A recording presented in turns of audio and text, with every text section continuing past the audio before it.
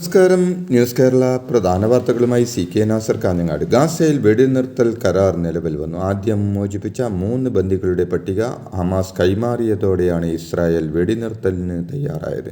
2023 October 7 ഇസ്രായേലിനെതിരെ Hamas സായുധ സംഘത്തിൻ്റെ ആക്രമണം തുടങ്ങിയത്. ജനുവരി 15 ഇസ്രായേലും ഹമാസും തമ്മിലുള്ള വെടിനിർത്തൽ കരാറിന് അംഗീകാരം ലഭിക്കുകയും ഇന്നലെ കരാർ പ്രാബല്യത്തിൽ വരികയും ചെയ്തു. അതേസമയം ഹമാസ് മോചിപ്പിച്ച 3 പേരും ഇന്നലെ ജന്മനാട്ടിൽ തിരിച്ചെത്തി. ഹമാസ് റെഡ് ക്രോസിന് കൈമാറിയ യുവതികളെ ഇന്ത്യൻ സമയം ഇന്നലെ രാത്രി 9:30 ഇസ്രായേൽ അതിർത്തിയിലെത്തിച്ചത്. തുടർന്ന് ടെൽ അവീവിലെത്തിക്കുകയായിരുന്നു. ബന്ദികളെ ഇസ്രായേൽ സൈന്യത്തിന് കൈമാറിയ വാർത്ത അറിഞ്ഞതോടെ ഇസ്രായേലിൽ ആഹ്ലാദ പ്രകടനങ്ങൾ നടന്നു. വെടിനിർത്തലിന് പിന്നാലെ തകർന്നടിഞ്ഞ നാട്ടിലേക്ക് പലസ്തീൻകാരുടെ കൂട്ടപ്രവാഹം. തിരിച്ചെത്തിയവർ കൊല്ലപ്പെട്ട ബന്ധുക്കളുടെ കബറിടങ്ങളിൽ പ്രാർത്ഥന നടത്തി. സൈന്യം ഒഴിഞ്ഞുപോയ പട്ടണങ്ങളിൽ കെട്ടിടാവശിഷ്ടങ്ങൾക്കിടയിൽ നഷ്ടമായവർക്ക് വേണ്ടിയുള്ള തിരച്ചിലിലാണ് ചിലർ. ഇസ്രായേൽ ആക്രമണത്തിൽ ഗാസയിൽ ഇതുവരെ ഹമാസിൻ്റെ ഉന്നത നേതാവടക്കം 46,913 പാലസ്തീൻകാരാണ് കൊല്ലപ്പെട്ടത്.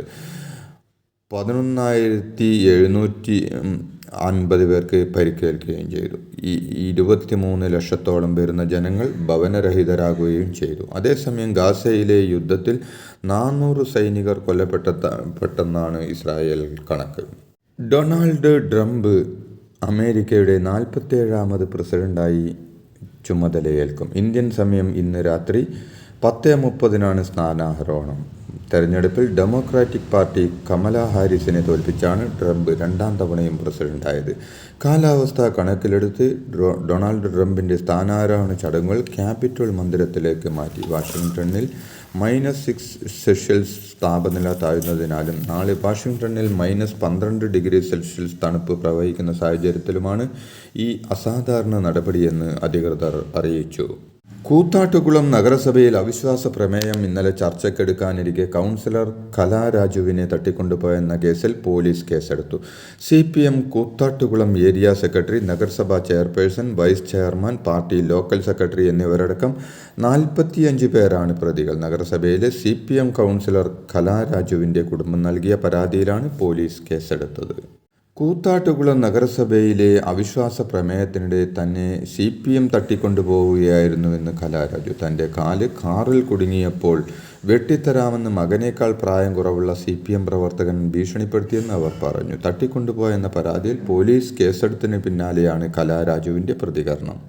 വാഴ്ത്തുപാട്ട് വിവാദത്തിൽ മുഖ്യമന്ത്രിക്കെതിരെ രൂക്ഷ വിമർശനവുമായി K. സുധാകരൻ രംഗത്ത്. പുകഴ്ത്തും പാട്ട് കേട്ട് കയ്യും വീശി ആ വഷളം നടന്നില്ലേ എന്നും കേരളത്തിൽ ഏതെങ്കിലും ഒരു രാഷ്ട്രീയ നേതാവ് ഇത്തരത്തിൽ ചെയ്തിട്ടുണ്ടോ എന്നും നാണവും മാനവും ഉളുപ്പുമില്ലാത്ത മുഖ്യമന്ത്രിയാണ് കേരളം ഭരിക്കുന്നതെന്നും സുധാകരൻ വിമർശിച്ചു. മക്കൾക്ക് വേണ്ടി കോടാനുകോടികൾ കട്ടുണ്ടാക്കുക എന്നതാണ് ലക്ഷ്യമെന്നും നാടിനും നാട്ടാർക്കും പാർട്ടിക്കാർക്കും വേണ്ടാത്ത മുഖ്യമന്ത്രിയാണ് പിണറായി വിജയനെന്നും അദ്ദേഹം ആരോപിച്ചു.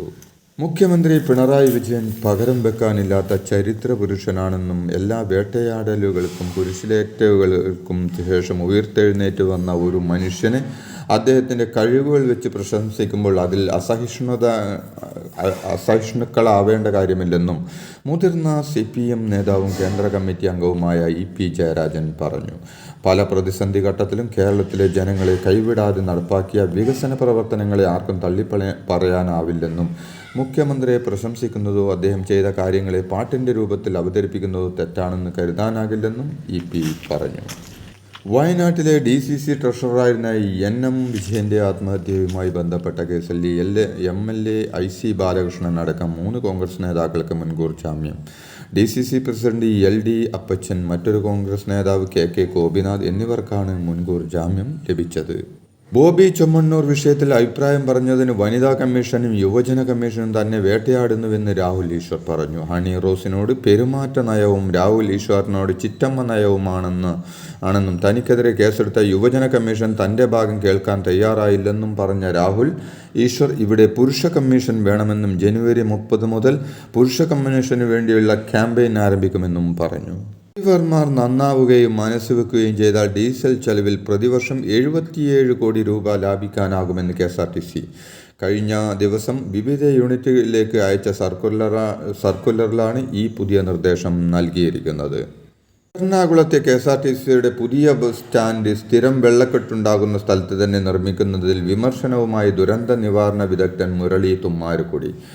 ബസ് സ്റ്റാൻഡ് അവിടെ നിന്നും മാറ്റി കെട്ടിടം നിൽക്കുന്നിടം പൊളിച്ച് ആ സ്ഥലം ഒരു തടാകമാക്കി എറണാകുളത്തെ വെള്ളക്കെട്ട് കുറയ്ക്കാനുള്ള സ്പോഞ്ച് ആക്കണം എന്നാണ് തൻ്റെ അഭിപ്രായമെന്നും, എന്നാൽ ഈ പറയുന്നത് നടക്കും എന്ന് കരുതി പറയുന്നതല്ലെന്നും, പറയേണ്ട സമയത്ത് പറഞ്ഞില്ല എന്ന കുറ്റബോധം ഒഴിവാക്കാൻ വേണ്ടി പറയുന്നതാണെന്നും അദ്ദേഹം കുറിച്ചു. കൊച്ചി ഉൾപ്പെടെ കേരളത്തിലെവിടെയും ഇനി നടത്തുന്ന പദ്ധതികൾ കാലാവസ്ഥാ വ്യതിയാനത്തിൻ്റെ ലെൻസിലൂടെ കൂടി പഠിക്കേണ്ടതുണ്ടെന്നും അദ്ദേഹം പറഞ്ഞു. റഷ്യയിൽ കൂലിപ്പട്ടാളത്തിൽ ചേർന്ന മലയാളികൾ കൊല്ലപ്പെട്ട സംഭവത്തിൽ 3 ഏജന്റുമാർ അറസ്റ്റിൽ. വടക്കാഞ്ചേരി പോലീസാണ് 3 ഏജന്റുമാരെ അറസ്റ്റ് ചെയ്തത്. UDF പ്രവേശനവുമായി ബന്ധപ്പെട്ട് തൃണമൂൽ നേതാവായ PV അൻവർ, കോൺഗ്രസ് ലീഗ് നേതാക്കളായ KC Venugopal, K Sudhakaran, VD Satheesan, PK Kunhalikutty എന്നിവർക്ക് കത്തയച്ചു. തിടുക്കത്തിൽ തീരുമാനം വേണ്ടെന്ന് നേതാക്കൾ പറഞ്ഞിരുന്നെങ്കിലും PV അൻവർ കത്ത് തരട്ടെ എന്ന് കൂടിയാലോചിച്ച് തീരുമാനിക്കാമെന്നായിരുന്നു കോൺഗ്രസ് നേതാക്കളുടെ ഇതുവരെയുള്ള നിലപാട്. കേരളത്തിന്റെ ദുരന്ത സാധ്യതാ മുന്നറിയിപ്പ് സംവിധാനം കവചം ജനുവരി 21 മുഖ്യമന്ത്രി പിണറായി വിജയൻ നാടിന് സമർപ്പിക്കും. ദേശീയ ചുഴലിക്കാറ്റ് പ്രതിരോധ പദ്ധതിയുടെ ഭാഗമായാണ് കേരള വാർണിംഗ് ക്രിസിറ്റ് ആൻഡ് ഹാഡാൻസ് മാനേജ്മെൻറ്റ് സിസ്റ്റം തയ്യാറാക്കിയത്. ദേശീയ ദുരന്ത നിവാരണ അതോറിറ്റി, ലോകബാങ്ക് എന്നിവയുടെ സഹായത്തോടെ സംസ്ഥാന ദുരന്ത നിവാരണ അതോറിറ്റിയാണ് മുന്നറിയിപ്പ് സംവിധാനം തയ്യാറാക്കിയത്.